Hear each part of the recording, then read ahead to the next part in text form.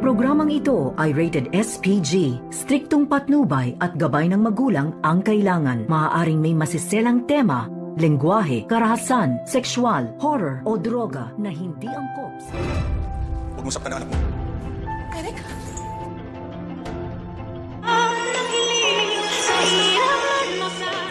Narito na nga ang ating pakaabangan ngayong Lunes.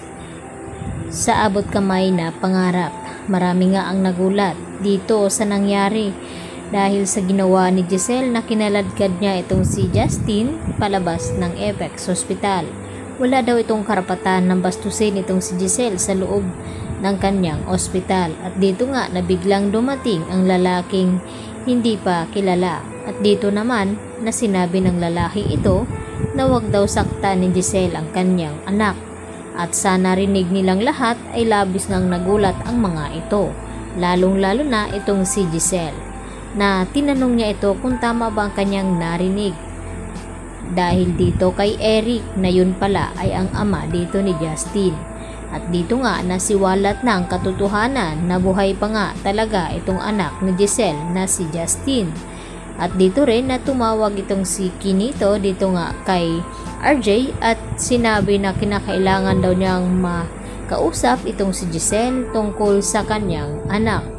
At dito rin nasabi ni Kinito kay RJ na kinakailangan na makausap din nila ito dahil may mahalaga din siyang sasabihin tungkol sa nangyari nga bago maaksidente itong si Don Pepe.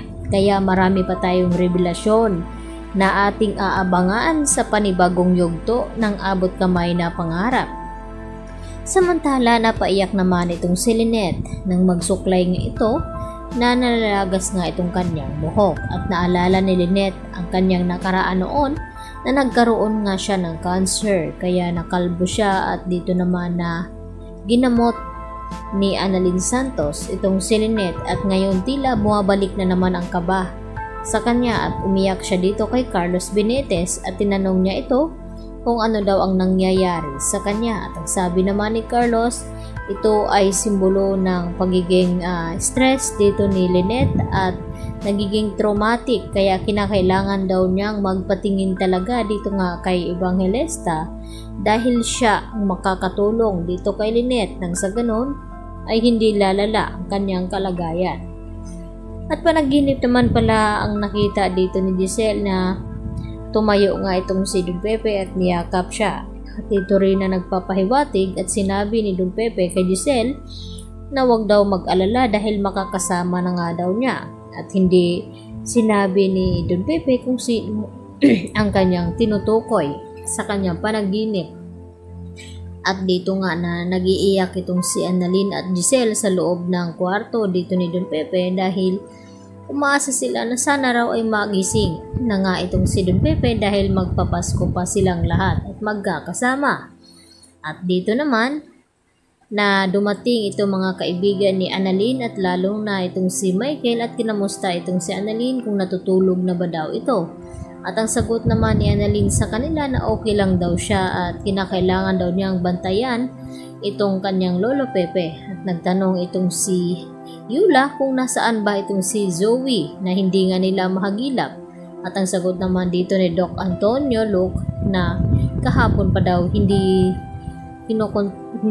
nakakausap ni Doc Antonio Luke itong si Zoe dahil hindi sinasagot daw ang mga tawag nito.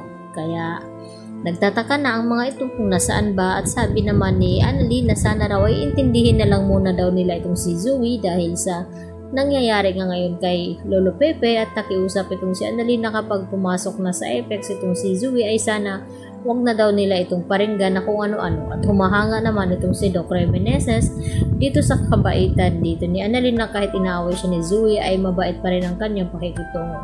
Yan po ang ating patuloy na pakaabangan ngayong Lunes sa bagong yugto ng abot kamay na pangarap. Yan lang po at marami pong salamat.